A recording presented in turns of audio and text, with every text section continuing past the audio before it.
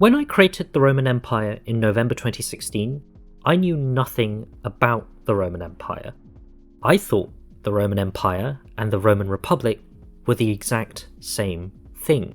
My principal history advisor and future Roman Empress, Vocaloid, told me she learnt Roman history from reading Percy Jackson novels. Good enough, I thought, as I deferred to her on certain design choices. I knew next to nothing about how government worked. When a player called Max came to me with his concerns about the elected Empress's power to appoint the head of the Senate, citing separation of powers, I gave him the virtual equivalent of a blank stare. Separation of powers? What's that? Habbo Hotel is an MMO sandbox game that allows its players to create their own rooms. By buying Habbo's virtual currency, credits, players could create pretty much anything, from homes to shops to their own version of Squid Game. Without being given a goal to achieve by the game's developers, players created their own, and it didn't take long for organised groups role-playing as police, militaries and intelligence agencies to show up. These groups, commonly referred to as agencies, were almost identical in structure and operation. If a player wanted to join an agency, they'd head to the front desk of an agency's headquarters to ask for a job. They'd be given a uniform, sent off to training to learn some basic rules, and then they'd be spat back out to work at the front desk to recruit other new players. After some time, the player would be promoted. First, they'd be promoted to security, where they'd be given the job of screening people attempting to enter the base. Next, they'd be promoted to trainer, where they'd be tasked with training new recruits. Then, they'd be promoted to the highly coveted role of high rank, where they'd be given the power to issue commands, as well as the power to promote, demote, and fire those lower ranked than them. But why would a player ever want to join an agency? Well, one reason is money. By working at a front desk hiring new players to join, players were given a couple of credits a day, subject to their full compliance with the agency's very long list of terms and conditions.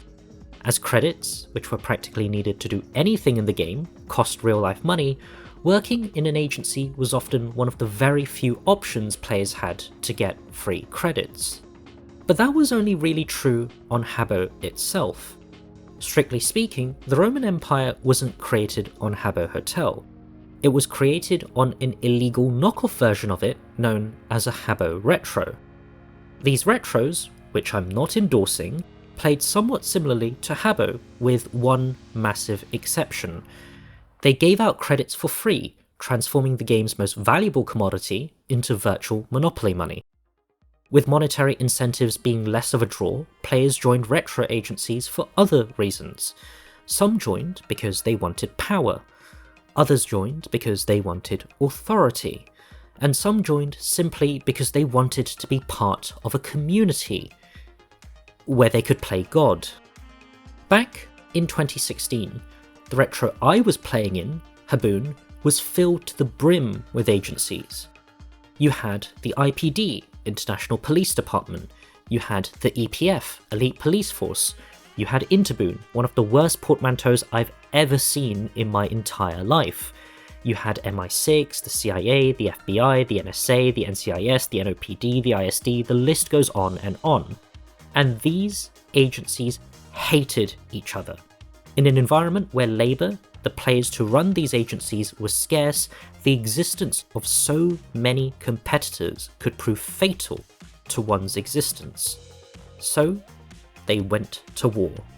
Moles were sent to infiltrate one another, raiders were sent to disrupt enemy operations, and newly developed nukes were used to obliterate enemy bases. As someone who was new to that retro, I had neither the monopoly money nor the connections to directly compete with these agencies.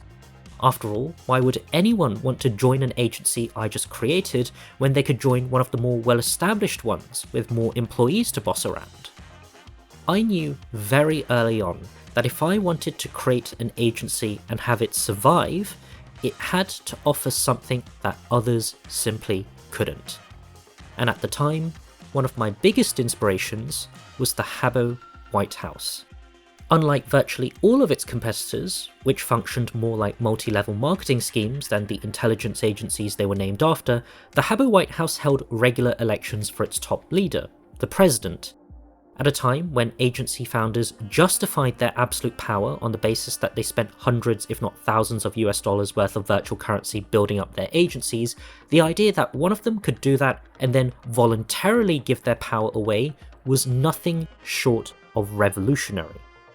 Habbo also had its own knockoff version of the Habbo White House, but it half-heartedly copied its Habbo counterpart by only holding elections for the vice presidency. The president, the person who founded the knockoff, remained president for life. Then the idea hit me. What if I made a democratically run agency? Perhaps something like the Roman Empire, since the White House and UK government were names already taken. Virtually all of the other agencies were dictatorships, and so you too can be the Empress of Rome was something that they could never sell to new players. Sure, I may have known next to nothing about how actual democracies or governments worked, but that's something I could learn on the job, right? And thus, the Roman Empire was born, my first ever experiment in virtual democracy.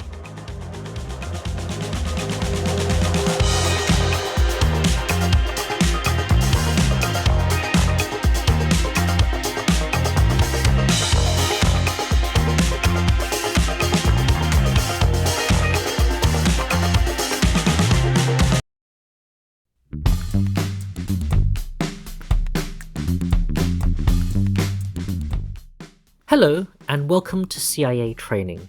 I am Insert Name, and I will train you today. I request no AFKing, talking, moving, or asking any questions unless asked. You'll be learning the rules and commands you will use every day here at the CIA. I recommend taking notes, as there'll be a test at the end. Any questions before we begin? Those were the words that a trainer working for the Boone CIA would have uttered to a new recruit who had just joined the organisation. Like in many other agencies, the trainers would have been instructed to mindlessly regurgitate these words by copying and pasting a script pre-written by their superiors. By the time a recruit began their training session with the agency, their conditioning would have long been underway. From the moment they set foot into the agency's headquarters, they would have been subtly conditioned to accept authority. To become a recruit in the first place, they would have had to approach the front desk staff for a job. These staff members would give them orders: wear the company's uniform, wear the company's badge, wear the company motto that reads CIA Recruit. Next, they'd pass through a checkpoint. A security guard, higher ranked than the staff at the front desk, would check to see whether the recruit followed orders. Were they wearing the company uniform? Were they wearing the company badge? Were they wearing the correct motto that read CIA Recruit? If they followed instructions, they'd be let into the training room. If they didn't, they'd be kicked out of the base and be told to start all over. The hierarchy of authority was central to every agency, and the Habbo CIA was no exception. Indeed, the very first rule the CIA taught its recruits was Rule 1: never abuse or harass the admins, the founders, or any other member of the CIA, implying the admins and the founders weren't your ordinary other members. Rule 2 was never ask for pay, promotions, or rights. Rule 8 was always address a CIA high-rank member by sir or ma'am, and Rule 9 was always wear your motto, uniform, and badge while working in the CIA headquarters. Those weren't the only rules that CIA members had to follow. Under the CIA's Code of Conduct, members could be stripped of their posts, sacked, or even banned for, quote, unacceptable behaviour. These included such shocking acts as using foul language even when necessary, typing with capital letters inside the base like this, or showing any form of disloyalty towards the CIA or the self-styled founding godfather, Mr. Walton. Where did their authority come from? At least on real Habbo, the agency owners self-justified their authority on the basis that they paid their workers with credits, a virtual currency with real-world value. But that justification broke down in a retro setting, where credits were given out like candy. Oftentimes, the answer was simply that they did it first, that by setting up an agency early on in the server's history, they possessed a first mover advantage in developing their agencies to what it was. As more and more players joined the agency, they had more and more people to command, which gave them more and more legitimacy. But why would anyone join an agency? Why would anyone voluntarily choose to be a drone, a worker, or a slave to a corporate dictatorship?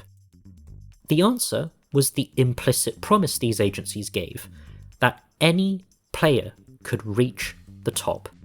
That any player, if they put their head down and did what they were told, could one day be in the same position as Mr. Walton himself. And very early on in one's career, it would feel like this promise was achievable. Once a player breezes through the standard ranks, the trainer ranks, and the security ranks, they'd be given the highly coveted role of high rank, HR, where they'd be given the power to promote, demote, and even sack those low rank than them. Different agencies gave out different perks to HRs, but they can include the ability to enter the base without going through security, being exempt from the requirement to wear a company uniform, and being called sir or ma'am by one's subordinates. It'd feel like it was only a matter of time before they reached the top. But it was a false promise. Many players who entered the agency conveyor belt would never actually reach the top, because the corporate ladder was rigged from the start. High rank wasn't actually a high rank at all, because ranked above them were the secretaries, the council, the training unit, the special unit, communications, internal affairs, the office of administration, the presidential team, the directorate, and finally the founders themselves, each one of these units having around a dozen or so sub-roles which a player must individually go through. And it wasn't like climbing the ladder got any easier. On the contrary, by having so many useless middle managers who served zero purpose other than to keep the plebeians away from the aristocrats, corruption and nepotism became utterly rampant. After all, if the only thing you gave those middle managers was the power to promote, demote, and sack those lower ranked than them, what else did you think they were going to do? For an agency to work, there had to be people whom the agency aristocracy could boss around. Otherwise, the entire rationale for their existence would fall apart. And how could it be fair that a bunch of self-anointed patricians, who, by virtue of being first, got to rule over everyone else? The system was manifestly unfair, I railed. The agency world had been captured by an entrenched elite that only served to empower themselves to the detriment of everyone else. There needed to be an agency that truly embodied the promise that anyone could reach the top.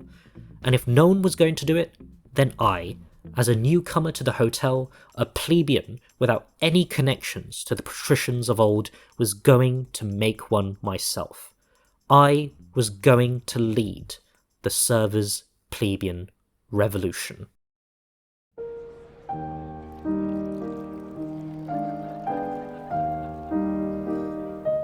Agencies can't be run alone. By their very nature as organisations, agencies need a dedicated team to run them. Agencies need directors to bring much needed discipline, human resources to manage disputes between squabbling members, architects and technicians to build and wire the agency headquarters, diplomats and spies to handle relations with other agencies, and event staff to host social functions. The truth is, not everyone can be a good director, technician, or diplomat. Good directors often already have extensive agency experience. Good technicians often possess self-taught skills in wiring things, and good diplomats often have pre-existing connections with other agencies. The problem in 2016 Habbo was that there simply weren't enough directors, technicians, and diplomats to go around. There were too many agencies, not enough players, and many of them were already working for a pre-existing agency. So, if you were an agency owner, how were you meant to incentivize these veteran players who had important experience working in other agencies, to join your agency? At least on real Habbo, monetary incentives were still on the table. You could offer higher salaries, favourable employment terms, perhaps even remuneration packages that were strictly off the books. The answer was the patronage system, the doling out of top jobs to veterans to essentially buy their loyalty.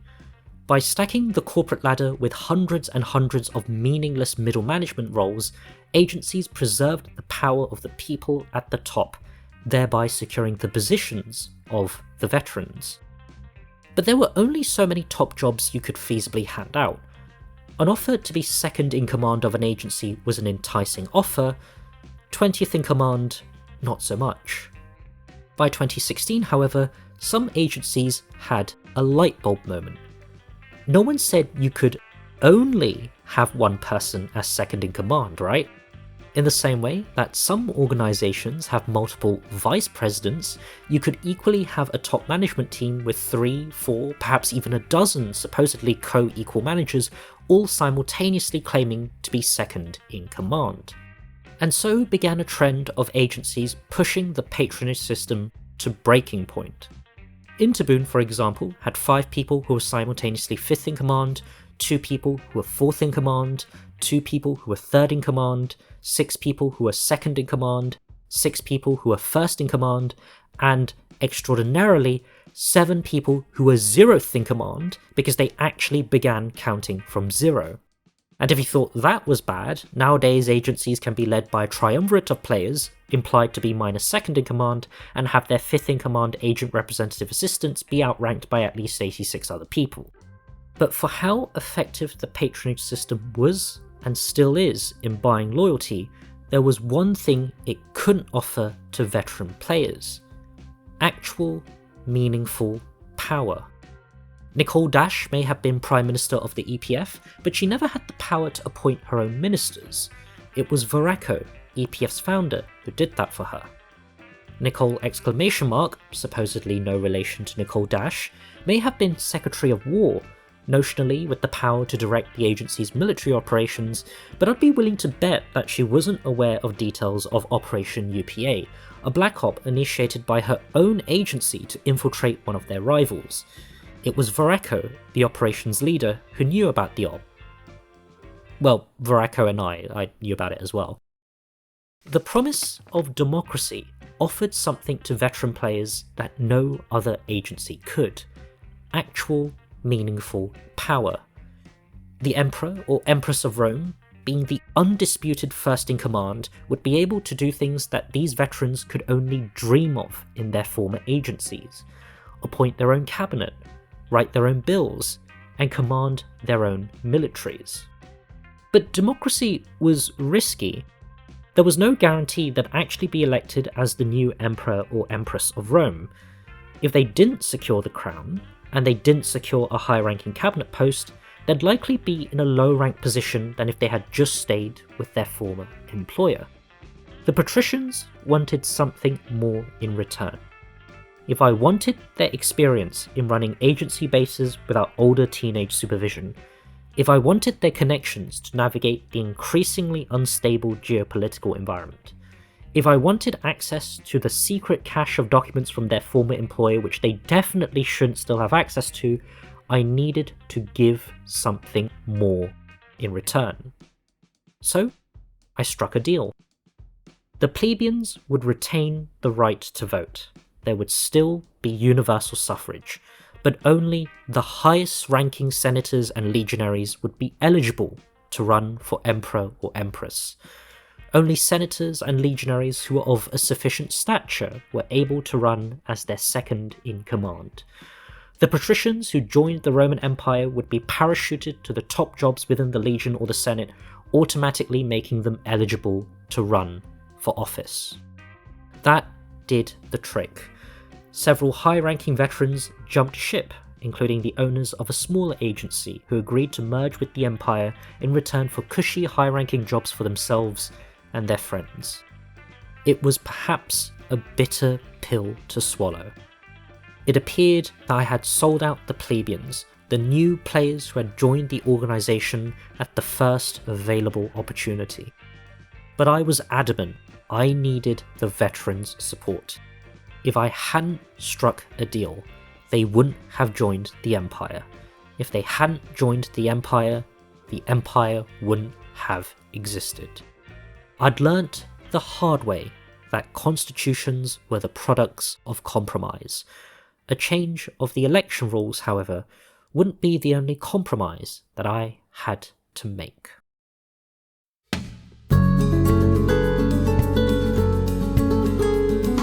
When I created the Roman Empire, I was obsessed with finding a new emperor or empress.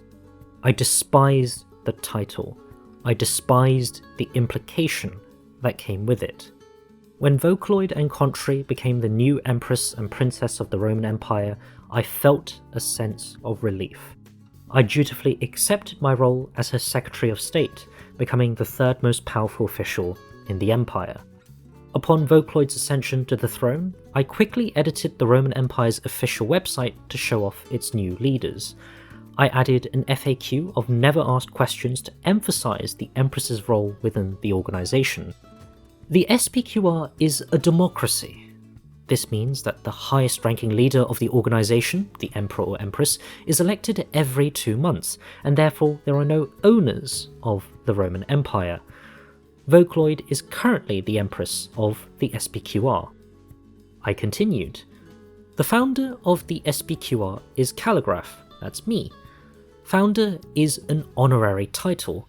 This means they have no real power.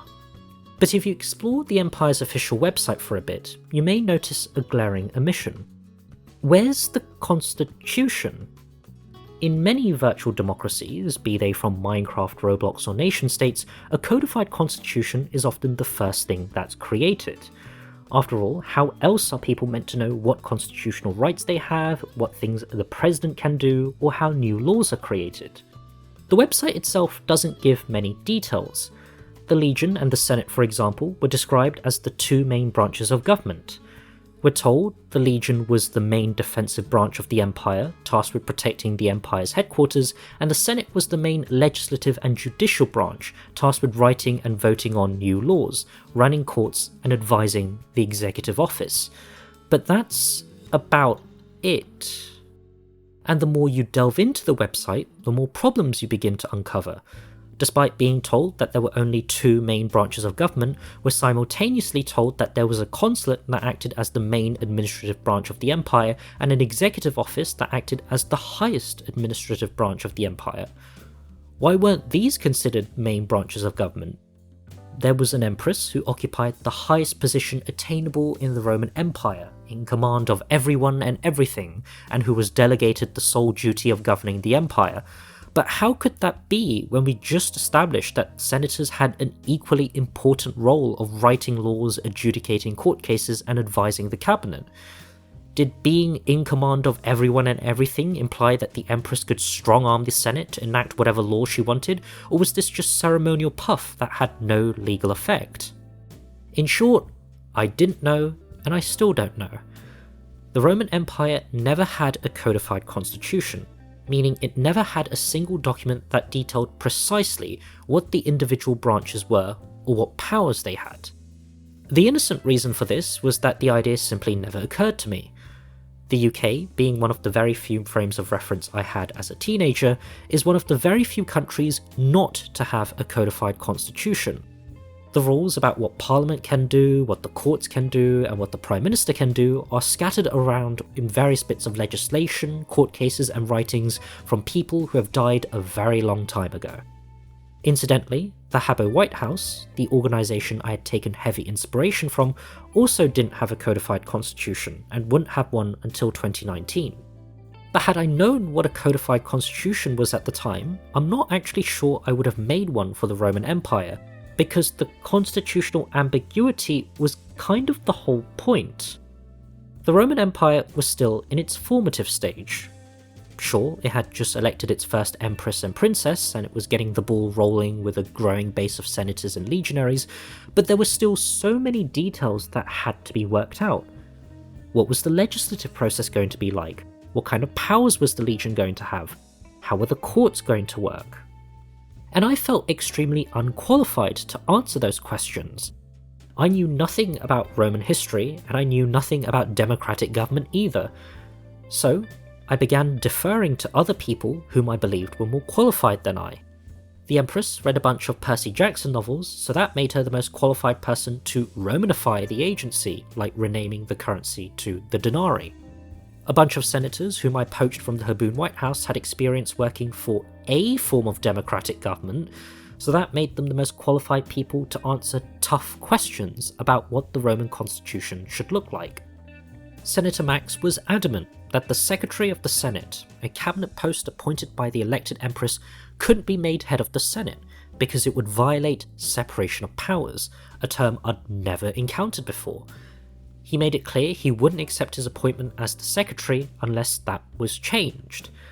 I genuinely struggled to understand why someone would feel so strongly against establishing what was effectively a legislative and judicial deity entirely subordinate to the Empress, but if he cared so much about it, okay, fine, we'll get it changed. So, we got that changed. The Secretary of the Senate was now a mere representative of the executive branch as opposed to being the head of the legislative and judicial branches. Max wasn't the only person to have ideas about what the constitution should look like. There were many other senators, legionaries, and cabinet officials with their own ideas of constitutional change. To make it fair and democratic, I said, we should let the Senate decide these questions. After all, wasn't it the Senate's job to make new legislation? So, a new rule was set. If people wanted any type of change, big or small, they'd have to get the Senate to pass new legislation. If a simple majority of senators voted for a bill, that bill became law. There'd be no restrictions on the types of things legislation can change. If senators wanted to change the election rules, impeach the Empress, or abolish constitutional rights, they'd only need one thing: a simple majority to pass it into law.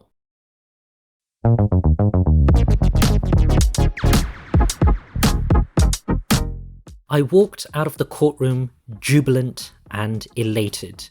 It was a vindication of democracy. It was a vindication of the rule of law.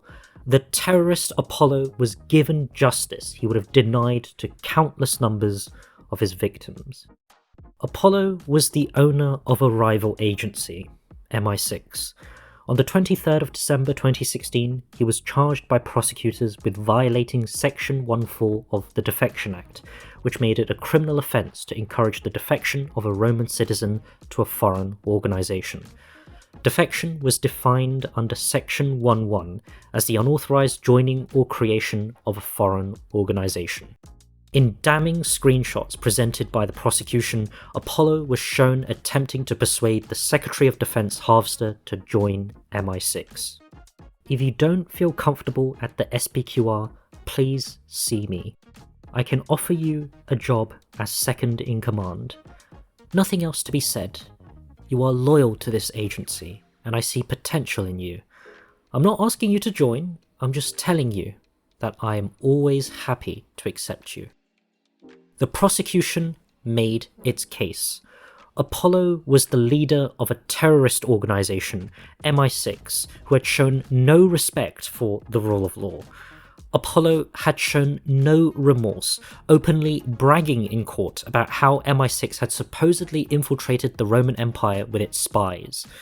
Worse still, Apollo defended himself, not with legal arguments, but with threats to carry out even more attacks on the Empire with their allies at the CIA. MI6 posed an existential threat to the Roman Empire, the Senate, and its people. It wanted the death penalty, not just for Apollo, but for all of MI6.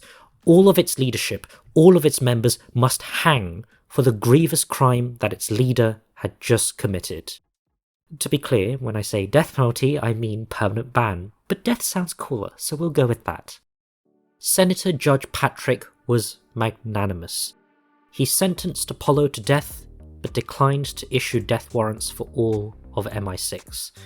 The Empire was governed by the rule of law, after all, and the laws gave no license to enact collective punishment against Apollo's entire agency. With just one trial, the Roman Empire had demonstrated to the server the superiority of its political and legal system.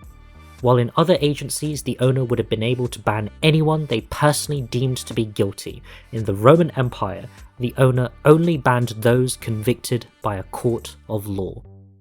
What made the Apollo trial particularly special, however, was its subject matter: national security. At a time when Habbo's agency world was at full-blown war with one another, raiding, trashing and nuking each other into smithereens, the symbolism of the Roman Empire holding a trial in open court was undeniable. Fair, open, transparent justice was non-negotiable for the Roman people. Of course, Rome wasn't naive to the threats posed by external actors, and when you map them out, there were many. MI6, for one, had made it abundantly clear it was going to war with Rome, and the FBI made similar threats.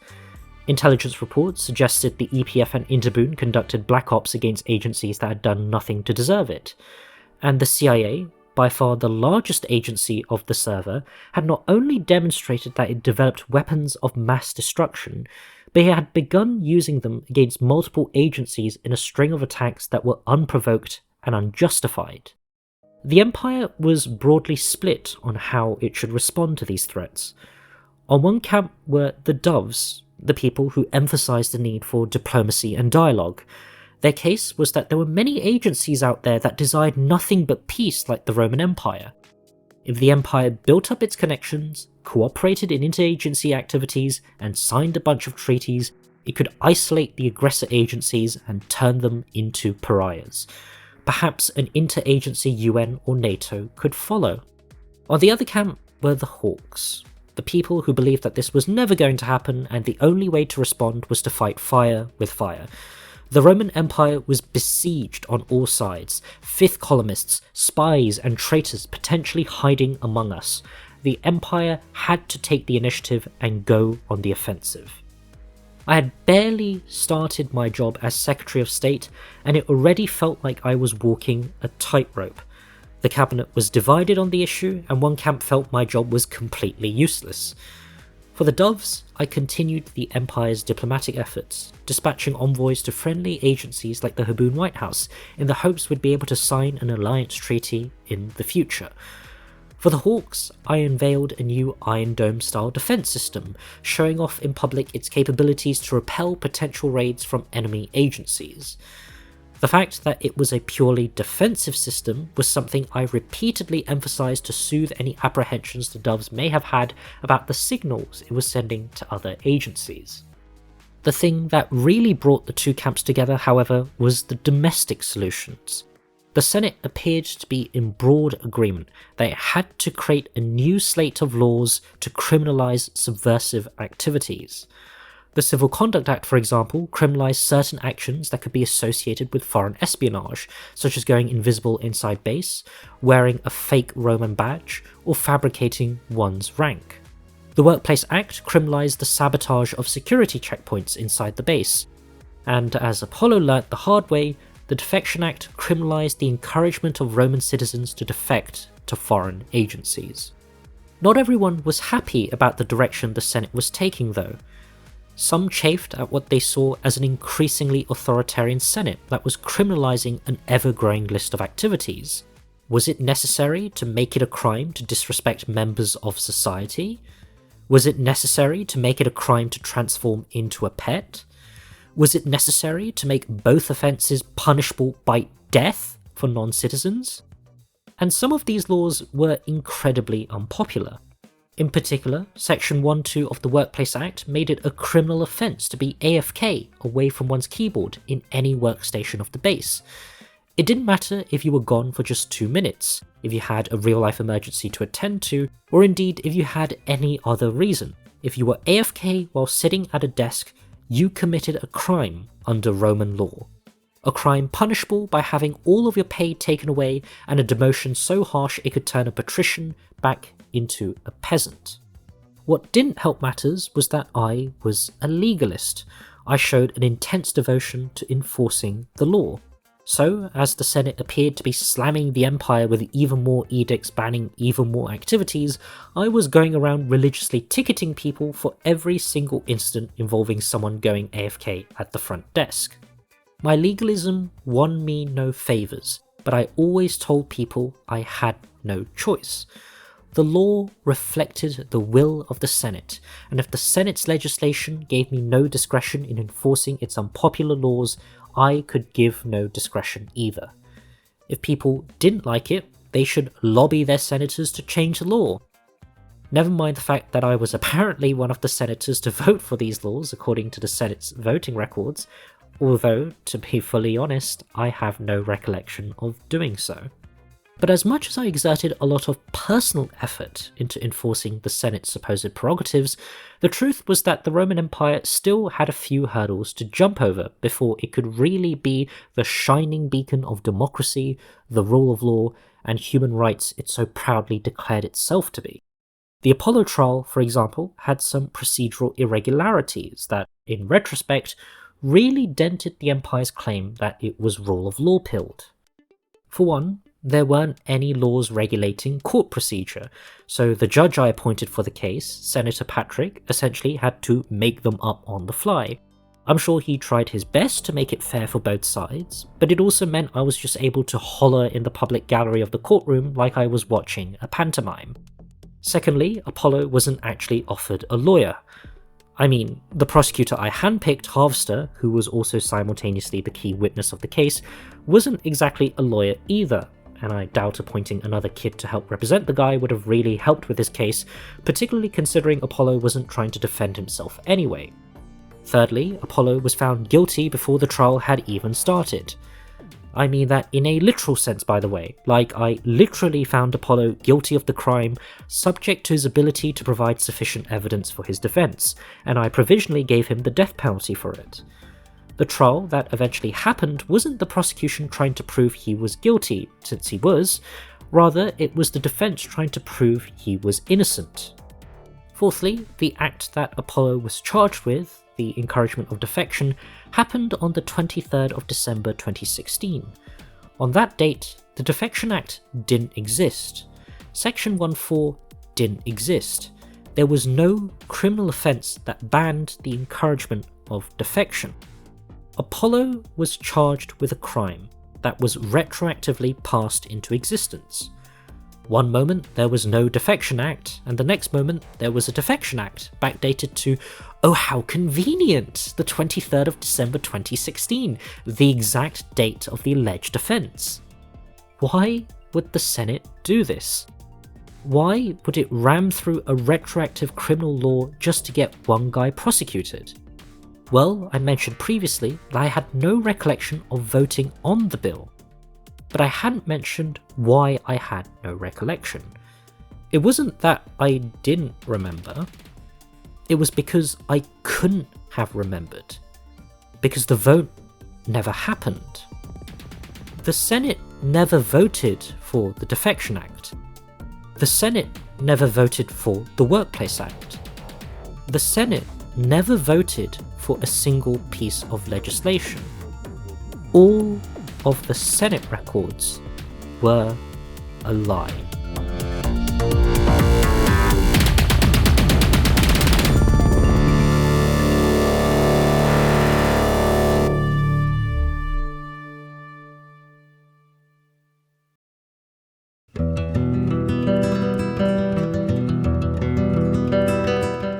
Why would Gauge Boy turn on his own democracy experiment? That was one of the most commonly asked questions I received when I published my documentary on virtual democracies. Gauge Boy created the subreddit r/simdemocracy on the 12th of February 2019 with the stated intention of allowing the subreddit to elect its own moderators.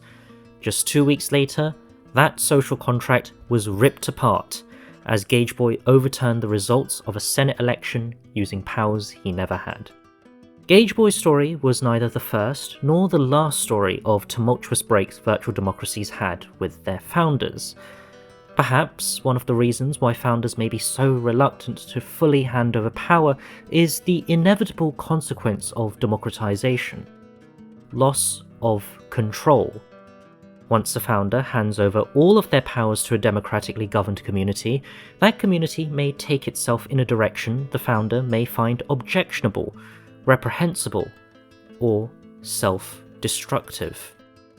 The Roman Empire was created first and foremost as an agency.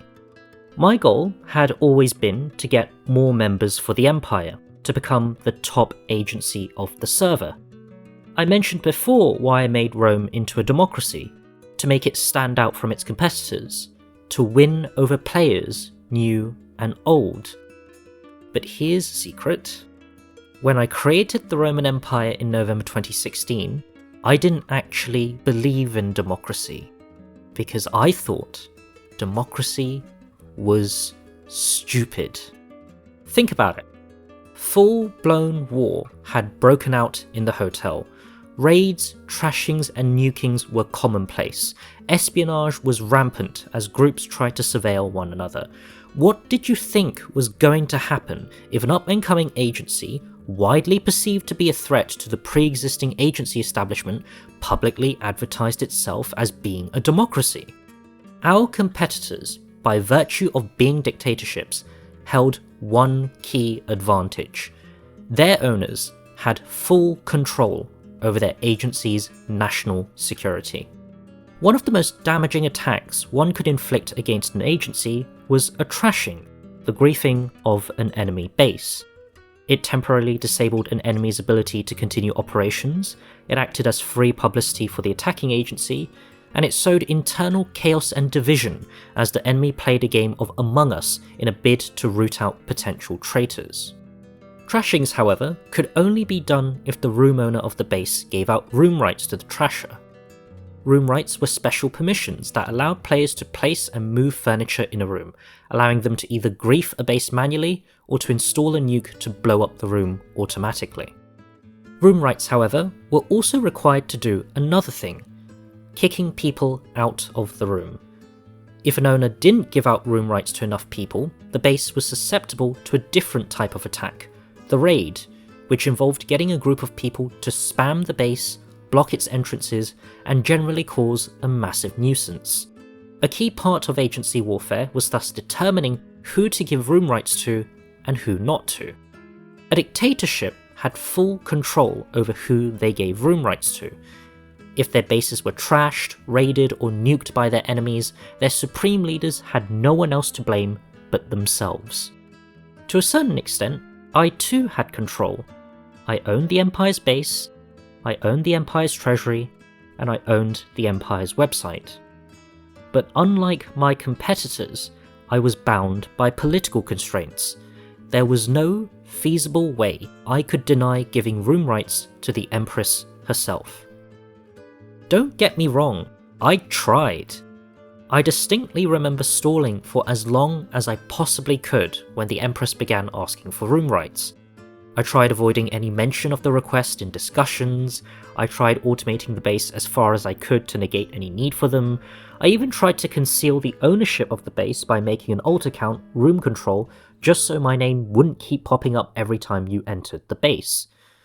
But the Empress persisted, and I eventually caved in.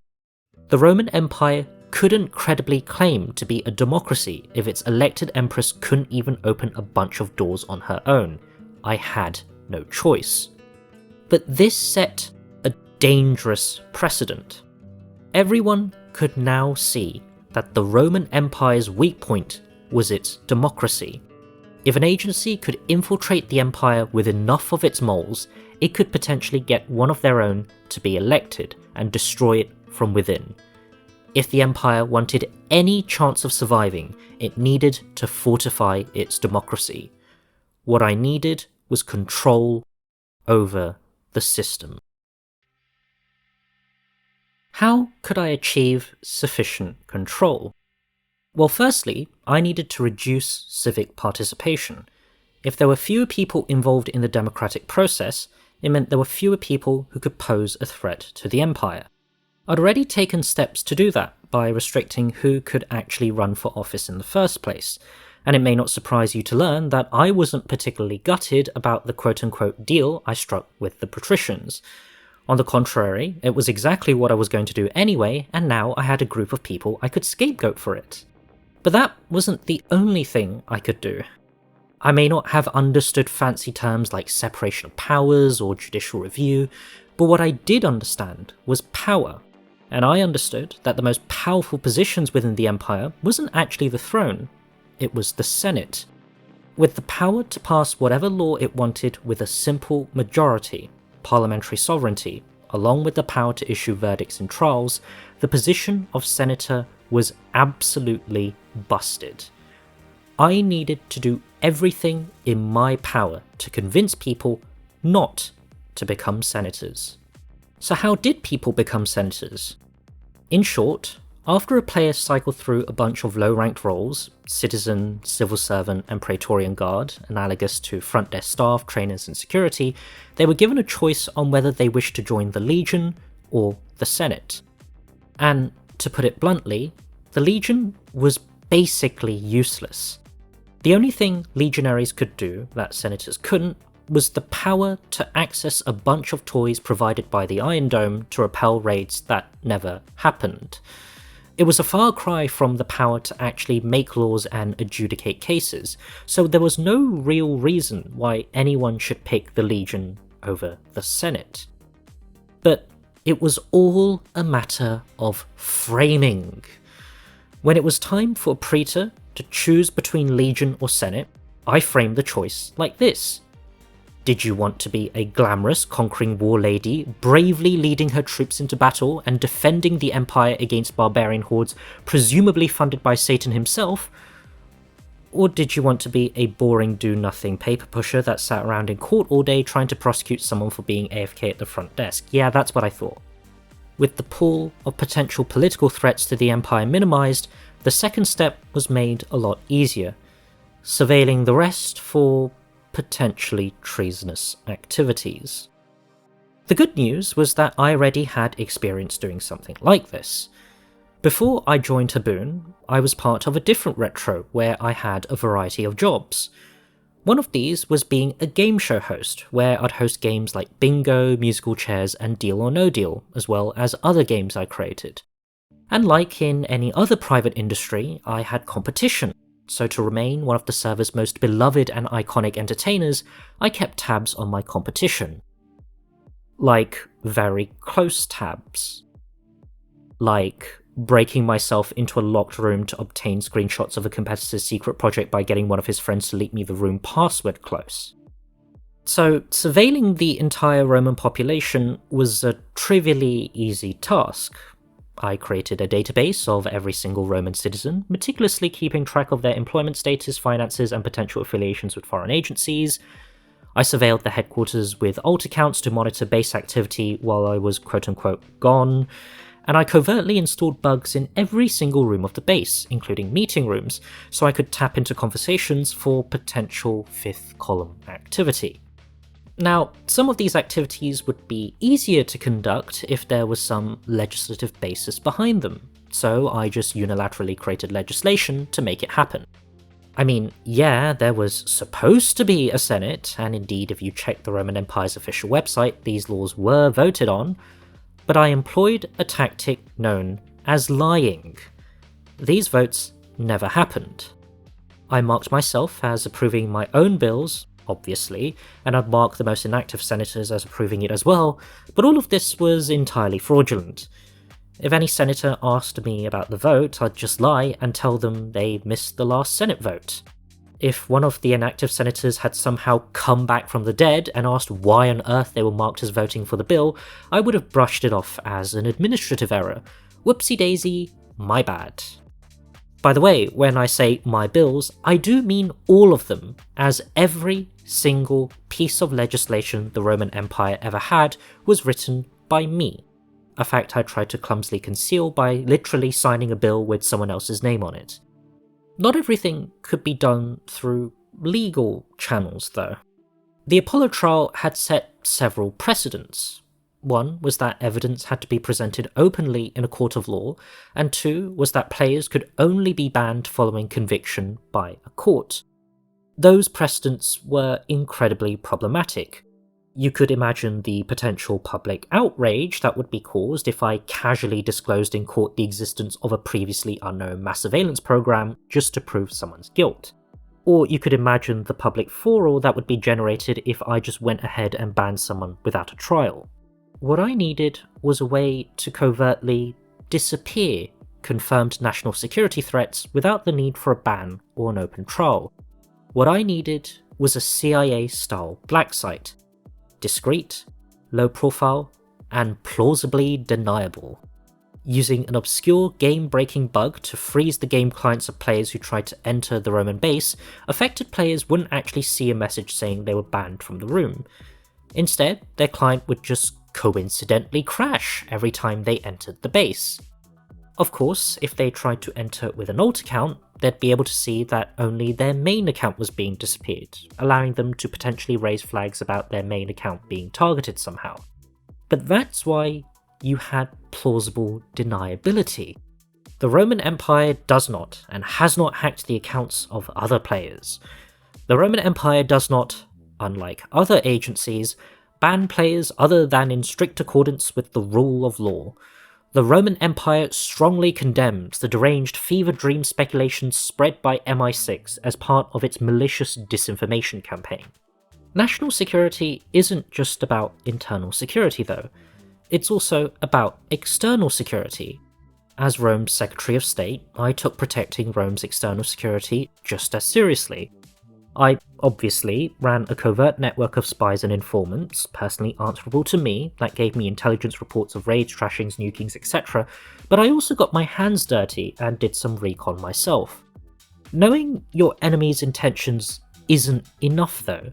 You have to be capable of responding to them as well. So I developed weapons of mass destruction behind the backs of the Secretary of Defense, the Princess and the Empress, none of whom knew about the development or even existence of the weapons. I mean, don't worry, the weapons actually worked.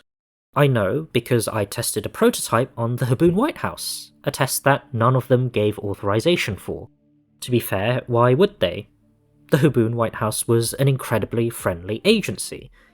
They gave us invitations to their fancy balls and social functions. We gave them no such invitations in return. They wished their former employees well when they joined us. We blacklisted ours when they joined them. Both the Secretary of Defense and a former Emperor were former White House members, and as far as I could tell, there was zero evidence whatsoever to suggest they were going to turn on us. But, you gotta do what you gotta do. National security came first, and so if that meant carrying out a preemptive decapitation strike against the leadership of one of our so-called allies, so be it.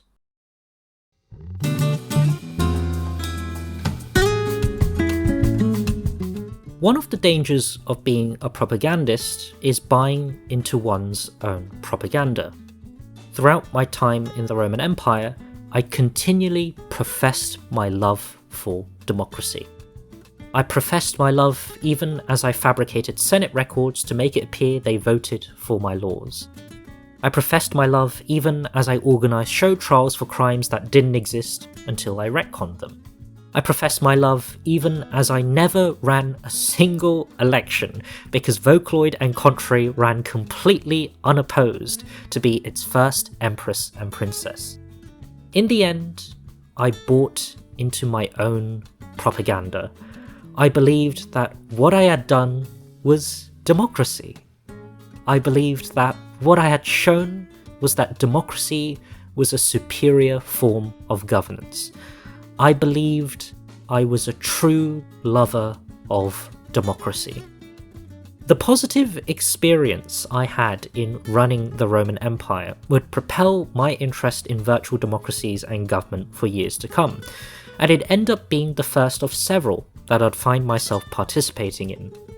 In February 2017, around 3 months after I founded the Roman Empire, I started my second ever democracy experiment, this time with a group of friends. It'd take just 24 hours for my love of democracy to come crashing back down.